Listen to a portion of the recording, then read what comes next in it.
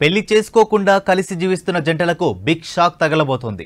Live in relation జంటలపై ఉత్తరాఖండ్ ప్రభుత్వం కఠిన ఆంక్షలకు తెరలేపింది. ప్రభుత్వానికి చెప్పకుండా సహజీవనం చేస్తే 6 నెలల జైలు శిక్ష లేదా 25,000 జరిమానా పడేలా చట్టం తీసుకొస్తున్నారు. ఈ చట్టం అమలులోకి వస్తే లివ్ ఇన్ రిలేషన్ జంటలు తమ సంబంధాన్ని ప్రభుత్వం దగ్గర తప్పనిసరిగా రిజిస్టర్ చేయించుకోవాల్సి ఉంటుంది.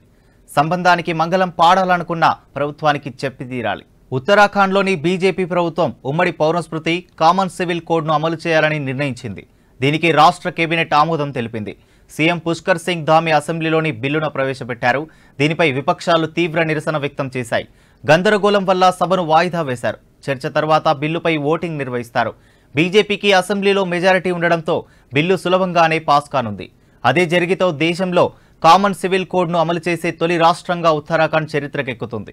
అన్ని మతాల ప్రజలకు పెళ్లి, విడాకులు, భూమి, ఆస్తులకు సంబంధించి ఒకే తరహా వారసత్వ చట్టాలు అమల్లోకి వస్తాయి. సహజీవనం చేస్తున్న జంటల హక్కులను కాపాడతామంటూ బిల్లులో కొన్ని షరతులు ప్రతిపాదించారు. లివ్ ఇన్ రిలేషన్లో ఉంటున్న జంటలతో పాటు అలాంటి సంబంధంలోకి వెళ్లిపోయే జంటలు కూడా ప్రభుత్వం దగ్గర తప్పనిసరిగా రిజిస్టర్ చేయించుకోవాలి.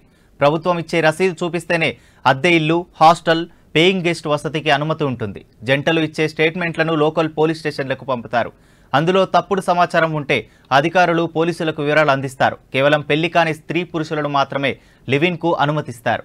ఒకరితో లివ్ ఇన్ లో ఉంటూ మరొకరితో సంబంధం సాగించడం కుదరదు.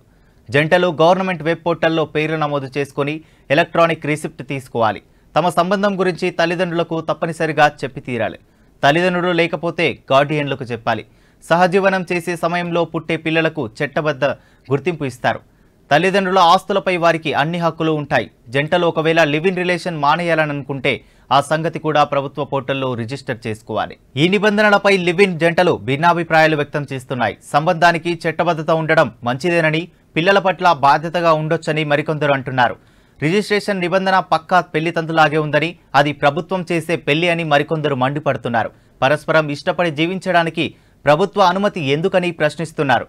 లివ్ ఇన్ రిలేషన్షిప్కు తల్లిదండ్రుల అనుమతి తప్పనిసరి అనే నిబంధన సమంజసంగా లేదని, పెద్దలు ఒప్పుకోకపోవడం వల్లే లివ్ ఇన్లో ఉంటున్నామని చెబుతున్నారు.